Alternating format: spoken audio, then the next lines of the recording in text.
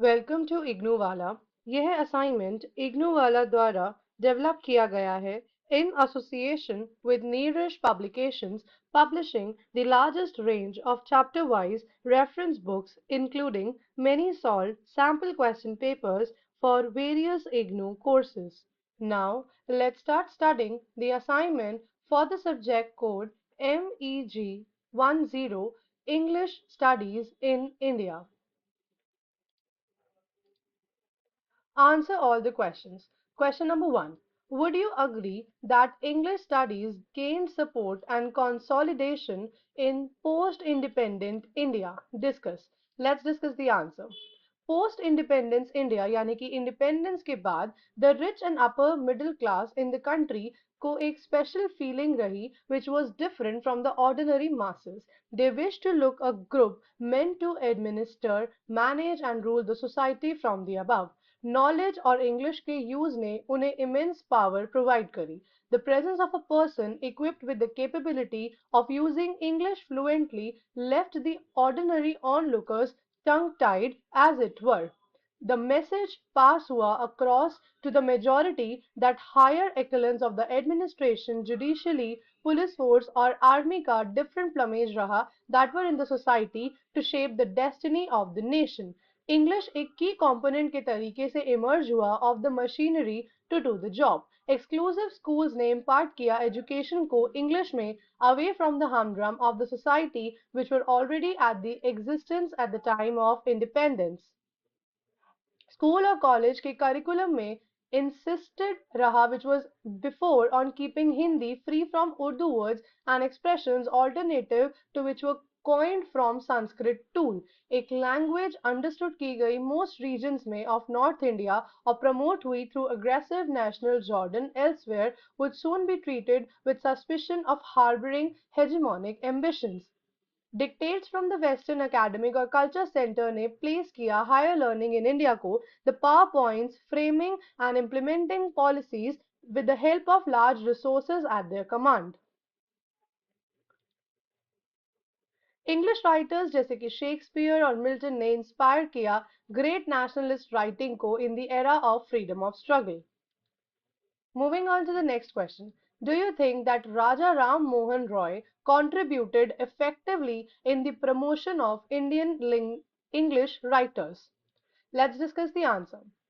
राजा राम मोहन रॉय ने लोकेट किया एक कॉन्ट्रडिक्शन को between the modern scientific spirit of the European civilization and its educational polity of India. वो shock हुए जब वो उन्हें पता चला अबाउट द प्रपोजल एक न्यू संस्कृत कॉलेज को एस्टैब्लिश करने के लिए. उनके अनुसार it does not conform to the liberal image of the British. उन्होंने एक्सपेक्ट किया कि colonial power to be true as its liberal image और तरीके ढूंढे ताकि वेस्टर्न साइंसेस को प्रमोट किया जा सके और आर्ट से बेनिफिट किया जा सके इंडियन सब्जेक्ट्स को. As a learned scholar, he had studied various languages. उन्होंने बहुत सारी languages पढ़ी. So he was very well aware. वो उन languages के positive और negative points या aspects से भली भांति aware थे. Secondly, वो चाहते थे कि उनके countrymen ये सब policies सीखें, techniques सीखें और methods को adopt करें of their rulers which were applying to rule over them.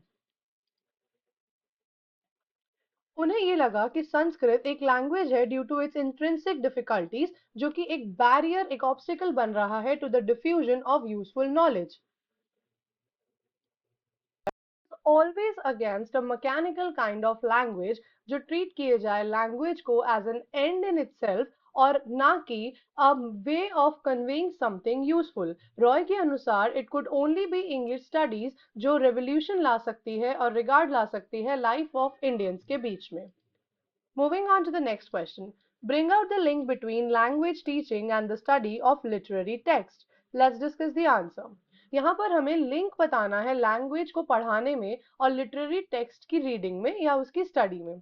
The link between language teaching और स्टडी ऑफ लिटरेरी टेक्स्ट काफी ज्यादा डीप है। हम जानते हैं कि लैंग्वेज टीचिंग एक्टिविटीज लिटरेचर का बहुत इंपॉर्टेंट रोल रहता है। वेदर फॉरेन या इंडियन लिटरेचर हो, लैंग्वेज के रोल को किसी भी लर्नर द्वारा इग्नोर नहीं किया जा सकता। ये एक ऐसी लिटरेचर है जो स्टूडेंट को अपॉर्चुनिटी प्रोवाइड करती है एक कंपैरेटिव स्टडी करने के लिए। He can easily compare the culture, इससे वो culture, characteristics, features, languages etcetera के बारे में डिफरेंस जान सकता है, कंपेयर कर सकता है अलग अलग कंट्रीज के बीच में लिटरेचर की हेल्प से। लिटरेचर की वजह से पॉसिबल हो पाता है एक इंडिविजुअल के लिए वैल्यूज और एटीट्यूड्स को अलग अलग कंट्रीज के कंपेयर करना। ये ग्लोबली थिंकिंग को वाइडन करता है और सही होता है इन टर्म्स जो उन्हें वर्ल्ड सिटीजन बनाता है instead of citizen of only one country. Literature एक तरीके से मिरर, आईना की तरह एक्ट करता है ह्यूमन कल्चर का और नेचर का। इसके अलावा ये लिटरेचर की स्टडी है जो डेवलप करती है क्रिटिकल थिंकिंग को और advance level of study habits को स्टूडेंट्स में, साथ ही साथ एस्थेटिक और फिलोसफिकल वैल्यूज और इंक्लिनेशंस को इनकलकेट करती है। वी कैनॉट डिनाई और इग्नोर द बेनिफिट्स जो हमें लिटरेचर की स्टडी से मिलते हैं, but side by side literature study को मॉडिफाइड करते रहना चाहिए पासिंग टाइम के अनुसार to keep pace with the modern requirements. तीन मेन एम ऑफ टीचिंग होते हैं which are first is giving information, next is imparting skills, and then is changing attitudes. Among all the three aims, literature teaching still restricted रहती है imparting skills पर, जो result करता है presupposing the literary family with language.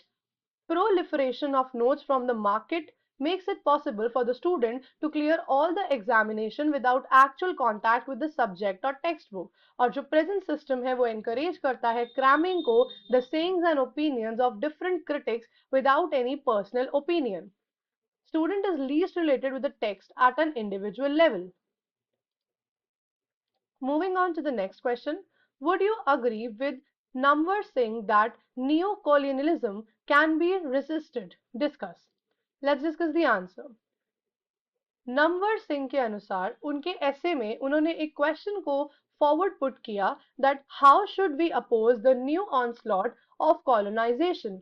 उन्होंने यहाँ पर clear किया कि नया ऑनस्लॉट रेफर करता है कॉलोनाइजेशन को और मार्क करता है डिफरेंस बिटवीन कॉलोनाइजेशन और उसकी अर्ली प्रोसेस के बीच में एंड डीकॉलोनाइजेशन के बीच में। न्यू कॉलोनाइजेशन को रेजिस्ट किया जा सकता है कुछ तरीकों से। One method goes back into our past of our tradition. Singh ने स्ट्रांगली डिस्कस किया कि ट्रेडिशन के एब्सेंस में beforehand, according to him, उनके अनुसार एनी ट्रेडिशन जो बहुत ज्यादा रेजिस्ट करता है न्यू कॉलिज्म को, उसे रिफॉर्म करना चाहिए और इस रिफॉर्मेशन को रीडिस्कवरी ऑफ द पास्ट के तरीके से प्रेजेंट किया जाएगा as desired. It means whatever tradition will be there, वहां पे कोई भी ट्रेडिशन रहे, it will be according to the needs of the present, वो आज की नीड्स के अनुसार रहेगा और उसका ओरिजिन जो है पास्ट से लिया जाएगा। इसके लिए सिंह ने दो एग्जाम्पल्स दिए। One is the presence of colonial power till today who have deep interest in the colonies which were in the existence previously, and next is whereas the other is the relation between the unidimensional tradition by Hindu fundamentalists as who present it India's past, जो India के past के बारे में बताती है। Second option is to oppose through the national allergy, but ये method reject हुआ सिंह द्वारा, जिन्होंने इंडिकेट किया मटेरियलिज्म को of the 20th century has exhausted itself and should not be. Singh ने एक और ओपिनियन दिया न्यू कॉलिज्म को अपोज करने का और उनके अनुसार प्रेजेंट रियलिटीज को कंसिडर करना चाहिए।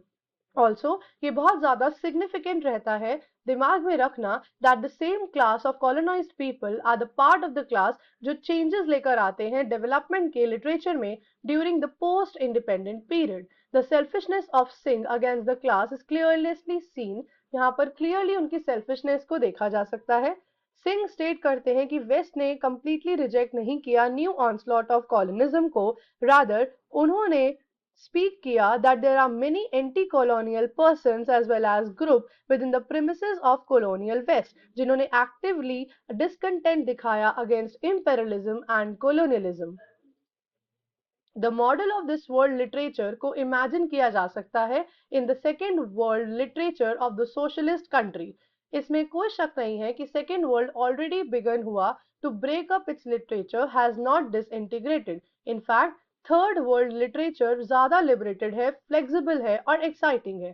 थर्ड वर्ल्ड लिटरेचर के रिजेक्शन पर सिंह द्वारा इट इज कंफ्यूजिंग, ये बहुत कंफ्यूजिंग है कि तीन वर्ड्स को कैसे डिफाइन किया जाए to characterize them. Finally seeing the future, उन्होंने कंक्लूड किया कि पोस्ट कॉलोनियल वर्ल्ड इवन आज भी डोमिनेटेड रहता है by neo colonism as the war has proved. Moving on to the next, comment on Said's Orientalism as the key to understanding post-colonial studies. Let's discuss the answer.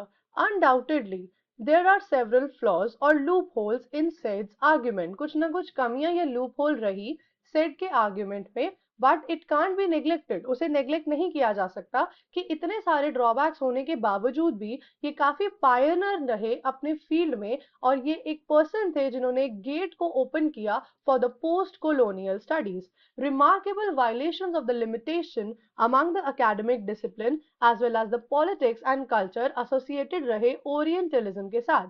ये सिर्फ orientalism ही था जिसने strength दी to disturb the power of post colonial studies जो उनके result में appear हुए। ओरिएंटलिज्म ने राइज दिया लार्ज नंबर ऑफ क्वेरीज और अनलिमिटेड क्वेश्चंस का अकेडमिक्स में, जो कि पहले कभी भी डिस्कस नहीं किए गए थे। With the publication of orientalism कुछ important as well as concern queries जो थी डिस्कशन में आई। क्रिटिक्स के अनुसार Said ने कहा that he tried to re-establish the power and the authority of the disclosure of Orientalism by reifying the binary Occident as well as the Orient. उन्होंने west को treat किया as a single similar place जो work करता है logical body पर। Said ने try किया correct करने का मिसरीडिंग और विलफुल मिसअंडरस्टैंडिंग्स को in the afterward to the orientalism, but side by side he takes out the argument from Orientalism and bring about wise development जो existence में आई after the publication of Orientalism, और उसने अपने impact को दिखाया।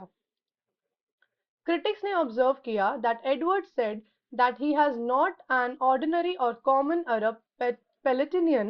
Instead वो एक distinct और unique academician थे as well as distinguished thinker थे जो कि expert थे provide करने में ideas और advice को। उनकी presence relevant है और बिना किसी गलती के इस बात को neglect नहीं किया जा सकता कि वो crime से कितना नफरत करते थे and came on the scene in the aftermath of terrorist attack on the World Trade Center in the United States of America.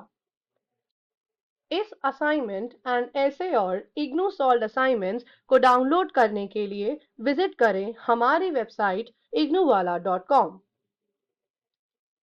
अब आप नीरज पब्लिकेशंस की IGNOU based chapter wise reference books with solve sample question papers पर पा सकते हैं up to 50 plus 15% additional discount की offer.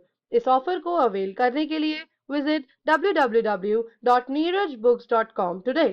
For more updates and information related to IGNU, please subscribe and also comment below if you have any feedback and which assignment do you want to see next. Thank you for watching.